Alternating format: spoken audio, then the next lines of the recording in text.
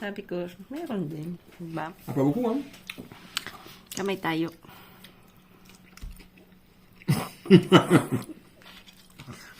Kamay, kamay. Kain po tayo. Sarap. Mukbang. No, look.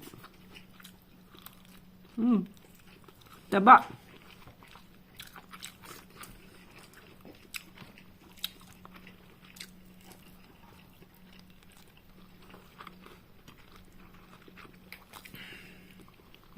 Vad var det kvar? Hade det fräscha? Nasta kabisto. Mud crab. Vad är kvar?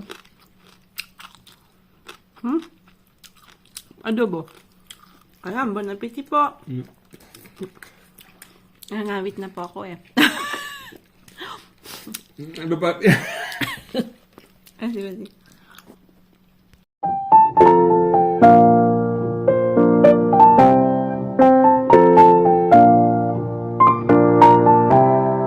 Ayan po. Nag-ano po ako ng live.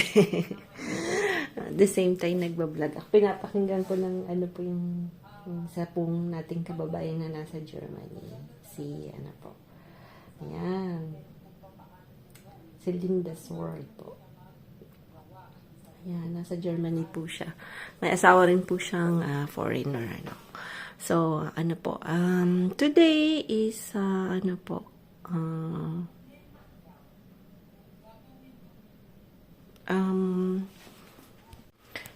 mag-ano po tayo, magka-crab po. So, ayan. Nabili ko po tong crab na to. Frozen po siya, no? So, you have this store in France that you can buy many frozen foods, no po. Ito po galing pang Madagascar. So, eventually, we don't have a choice kasi syempre po dito, wala namang mud crab, no po. So, we have this big tortu ang tawag po nila. It's from north of France na po. So, from along English territory na po yung sa bandang Atlantic. So, marami din pong mud crab na hindi pala mud crab. Tortu ang tawag nila. It's from the sea na po. So, but siyempre tayo mga Pilipino, we miss this mud crab, no? So, pag nagagata po tayo, we need this. So, ayan. So, today, yung langka din po namin, galing kasi galing pa po Thailand. But, ganito po yung langka dito. So, we don't have any fresh langka. So, fresh from the can na po. So, yun nga po, yung mga Pilipina pong, especially here in France, it's not like in Canada. In Canada, you have a lot of Filipino, how do you say, the supermarket that you can buy fresh vegetables and all that. But here in France, so we have to adapt. Hindi po talagang magiging homesick ka because you miss the food. You have to adapt. Ganun din po yung nangyari sa akin noon. So, Pero pagka yung umuwi po ako, yung mga namimiss ko, binibili ko po. Then I'm trying, with Frank, we're trying to find some Asian store, no po. So, ayan. So, today, we do this and then with the coconut milk in the can too. Kasi lahat nakakaan. Ayan. So, kakat po natin yung ating yan.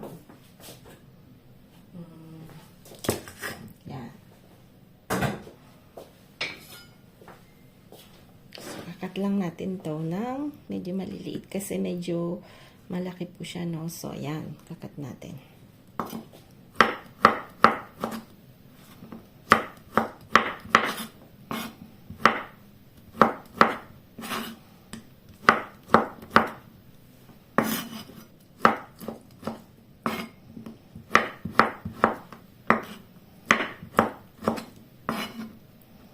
Mabilis lang po ikat.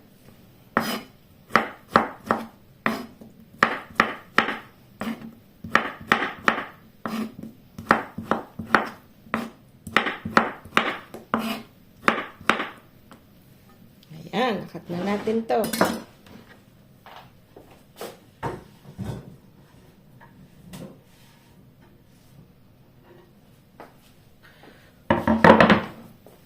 Lalagyan po natin ng ginger na po. So,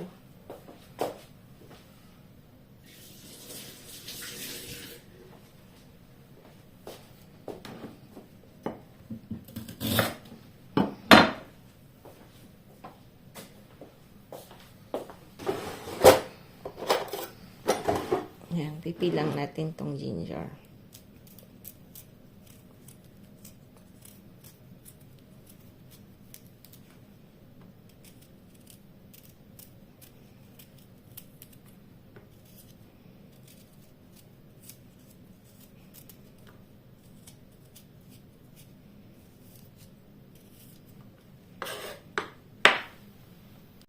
Tapos, kasi syempre, ano lang po to, no, yung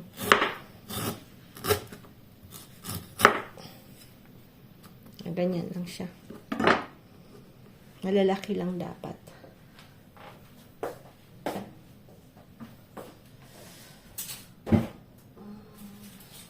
Need some onions. Ayan.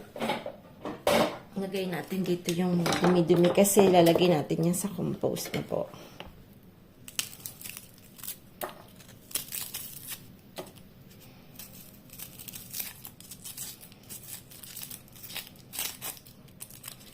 So, kailangan din natin ng onions.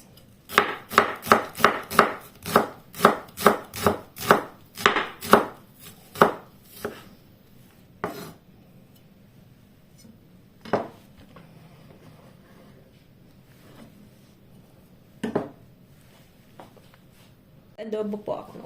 So, ang gagawin ko po, lalagyan natin ng adobo para masarap. Yan.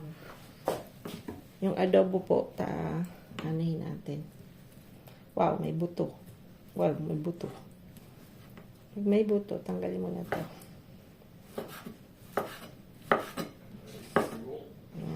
Para medyo may tabang konti na po.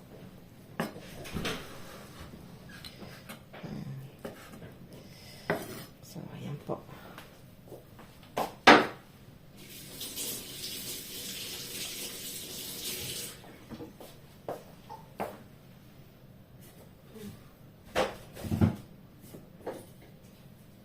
Kalimutan ni Frank bumili ng ng bawang na po. So, wala. Yun na lang yung bawang. Yan mo na, ganyan talaga. Siya nag-grocery eh. So, dito na tayo. So, gagawin po natin. Kukuha po tayo ng taba nung adobo na po. Para mas masarap.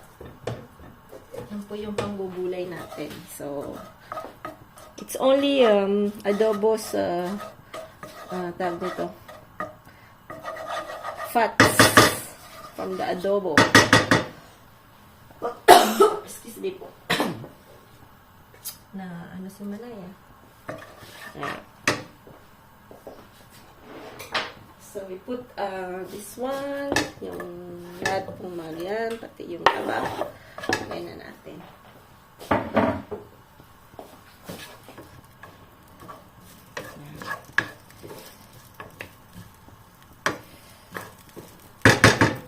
Si Frank po, favorite niya yung jackfruit. Mahilig po siya sa langka na po. Yan.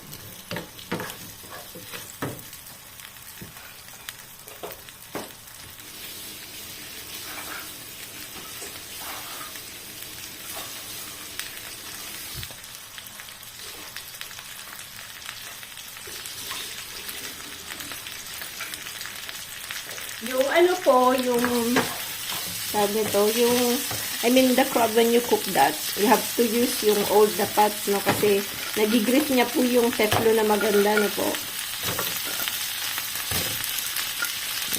Ito yan.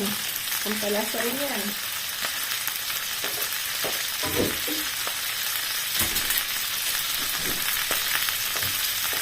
So, normally, in Philippines, we put some lemongrass na po, but since that my lemongrass is suffering during winter, I will not take na po kasi sinisave ko po for summer. Pag summer, ang dami-dami niya, but during winter, they're die. Parang namamatay po, no? So, I put one, may nilagay po ako sa big pot para after during pag mag-spring na, I will put it in the grounds na po yung how do you say this one, yung lemongrass na po. So, next time, I will put in the freezer some na po. So, na-busy kasi bigla. So, yan talaga. Yan na, ang ating crab. Mud crab. I don't know what. It's not mud. It's because from mud. From the clay na po. It's from the mangrove.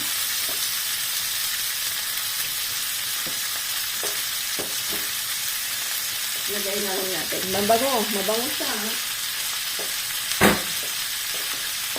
Yan. Kaya anong oras na po? 9. Kailangan po mag-10. Nakaligo na ako. And after 11:30 nakakain na. Ayan. That's my routine. And then tomorrow, I work all day. Tomorrow, I start at 7 and I finish at 8. But I have a break time at around 12:30 p.m. hanggang 3 o'clock ng hapon. And after, I go back to work at 3 hanggang 8 po ako ng gabi. So, yan lang po yung medyo madugo. But when you work in the store, mayroon din parang nakakainip kasi walang tao na po. So, hindi naman siya nakakapagod kasi I always just wait for to serve people na po. But the thing is, this hours, yung wala kang gagawin. I need to find something to do. So, I arrange things. Ganun, linis-linis ng ganyan, punas-punas. So, this hours na yung parang walang tao. Yan yung nakakainip. Parang wala kang magawa. Ayan na po. Nagpipink-pink na po yung ano natin. So, we will put some fish sauce na po para magkaroon siya ng lasa. So, we will put some fish sauce. Where is my fish sauce? Ayan, fish sauce. Look lang po yan sa French, no? Ayan. Tapos na po. Ayan. Nyuk-nyam. Patis, in short.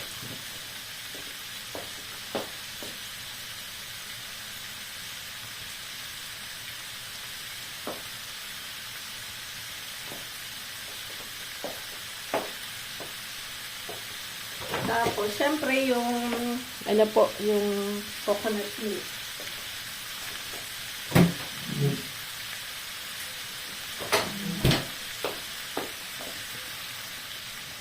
Coconut milk po dito ay nakakano lang.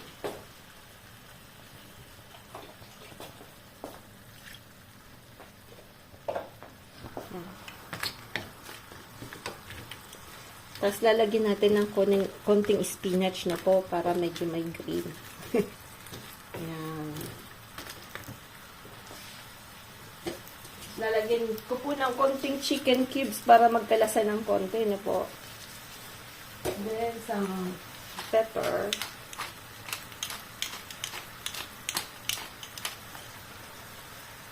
Ayan, tatakpan natin. Then, after, we will see. Pagka, slow cook lang po siya kasi baka mawalan po ng sauce na po, ng sabaw. So, yan, ililas lang po natin yan. Then, after, we will take some magliligo na po ako. Ayan. Mamaya sisilipin natin.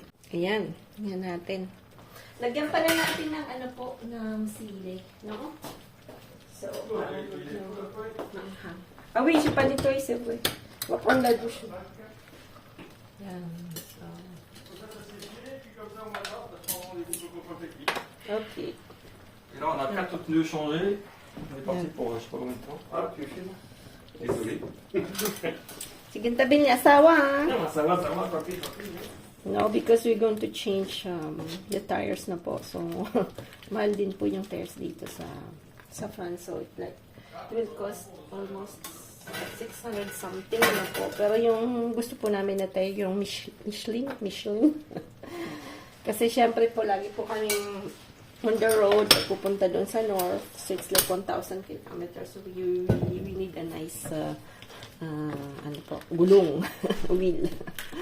So, ayan. Yan po, yung pagka nag-change ka ng wheel. So, kailangan pong pag-ipunan yan kasi syempre, siya naman ang nag-ano nun. Siya tawag ito, yung ganyan-ganyan, pinaglalaanan niya na yung mga ganyang magagastos na bagay. Ayan. So, ayan na ang ating crab. Slow cooking lang po yan. Dito po nilalagyan ko ng ganito para wag pong matutong kasi maliligo po ako. So, ayan. Para hindi po siya matutong na po. Ayan. Titingnan na natin. Luto na. Ayan na po. Ayan na po ang ating kalabasa. Kalabasa. Ang ating alimango. Ayan. Alimango.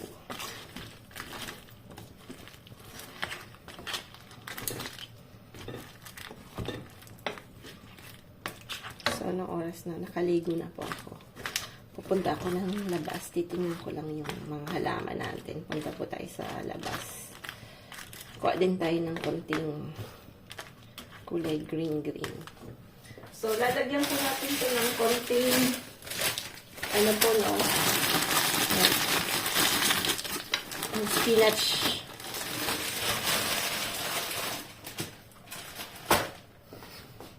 Para medyo, ano lang po yan, optional. Kasi ako mahilig sa green. So, yan. Tatanggalin na natin. Kasi, ayan. Ito tayo ng labas. Ayan na po ang ating garden. So, I mean, onions lang po. I mean, all the time. Yan, ganito na po yung weather namin today. So, we're 2 February. Ayan, parang akala mo summer na, but yung siguro around mga 12-15 degrees outside na po. So, ayan, tingnan nyo po yung patatas po to. So, ibig sabihin nagkakaroon ng magandang weather kasi ayan, tumutubo na siya. So, ayan. Ito, hindi nagbunga. Siguro kulang po sa tubig kasi as I'm saying na po, we really lack some water na po. So, yung region po namin sa France, hindi po umuulan. So, every corner of France is raining but not here. So, that's trouble too. So, ito po yung ating, yan, pinagkukuha na ko yan ng dahon kasi maganda pong sa sinangag na po. So, ayun na po. So, ngayon pong may work ako. So, medyo hindi pa ako nagkakaroon ng time ng gardening kasi pagka I'm off naman, it's not very good weather. So, syempre mas maganda pong mag-work sa dito pagka medyo mainit na po. So, ayan. T-shirt lang po ako. Tingnan niyo po. So, t-shirt. Tumatanda si Manay. T-shirt lang po ako. Ito na yung t-shirt na isusuot ko papuntang work. Ayan, so, mainit talaga. Medyo mainit. Ayan. Yung leeks, ayan. Didiligan natin siguro yung leeks. Medyo papadiligin natin kay Frank. Ayan yung leeks. Lumaki-laki din ng konti. Pero kailangan na nating alihin to kasi magiging matigas na po siya, no? So, we'll see. We have to do something. Yung mustasa, yan na. Pwede na natin kuhanin yung mga buto-buto niyan. Ayan. So, we will try to yung first batch na mustasa itatanim natin dito. Ayan. Hindi ko na po pinapapunta dito yung mga chicken kasi kinakain po nila lahat. Pati yung gustong-gusto ko pong ilagay sa fish na yung uzay. Lahat kinakain nila. Gustong-gusto nilang kainin. So, ayan. Nilagyan ko ng barrier kaya lang yung wind tinanggal yung barrier. Yung karton. Yeah, Mari. Kukulit talaga. Kaya sino naman mga halaman ko, ah. Ay, nako. Mari! Mga ipot nila nilalagay ko po dyan sa puon ng roses.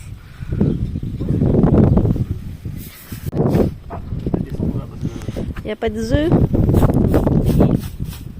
Everyday life. Lagi po kasing malinis tong manuka natin. Si Francine, sabi niya. Bugrit. Don't say bad words, Monsieur Frankie.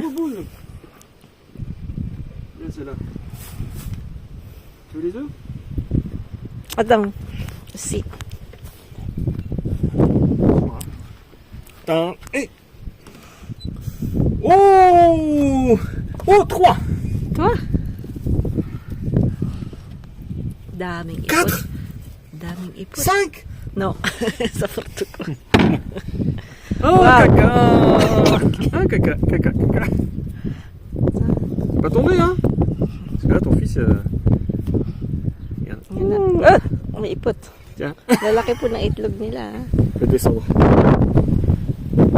Yan, magdadaing tayo. Yan. Ubus-ubusin na natin to. Ang dami ko pa rin pong mga galing sa Pilipinas na ano po, no, dadaing. Yan, bilis. Yan, bilis. Galing to kay Ma'am Insis na po, sa bahay, sa Arayat. Tapos kay naman po, ang dami niya din binili noon na pasalubong kay Bebe. Yung bunso po namin na nasa Canada din. Hindi na over luggage siya, so binigyan niya rin po ako. So kaya medyo madami talaga. Ay. Dito naman pag maganda kasi yung bahay namin medyo ano yung okay lang magluto ng ganito ng mga toyo kasi yung malayo naman yung kapitbahay. Hindi gaya dati nung nasa military home po kami, dikit-dikit yung mga bahay.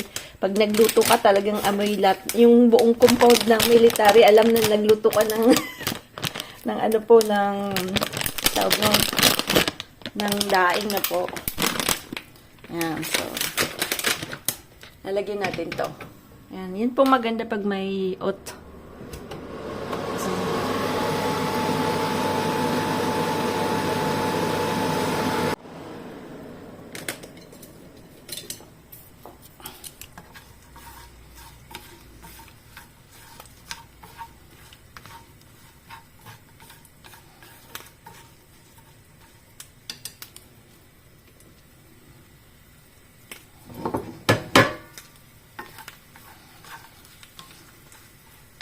Pagka nagprito po ako niyan, dinadami-damihan ko na.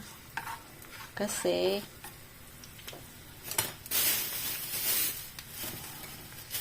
para isang prito lang po. Kung mauubos ko din yan, kasi matakaw si Manay sa daing. Saka hindi po siya masyadong maalat in fairness. Hindi siya maalat. So, lalagyan natin yung laking mangkok.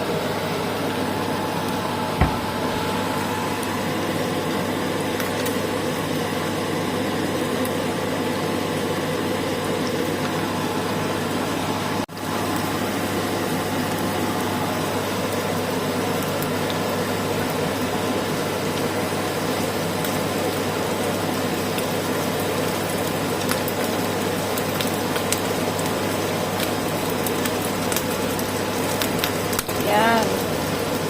Inama ko na yung dalawa. Pero inuna ko muna yung malaki. Kain na po kami ng aking linuto. Kailangang magkamay. Sarap.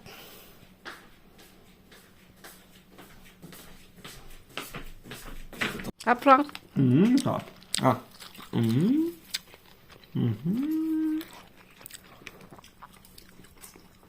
Ah bon, ça c'est moi. Sarap. Na. Sabi niya, marami ba daw French na kumakain ng dilis? Sabi ko, meron din. Diba? Ah, pas beaucoup, hein. Kamay tayo.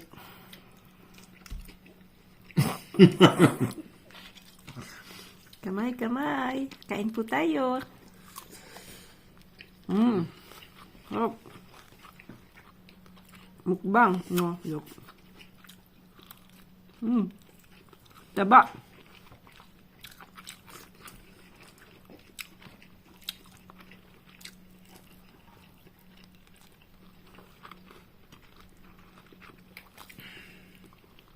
Pourquoi du crabe? Ah, t'as fait un crabe? Nasta kabisto. Mud crab.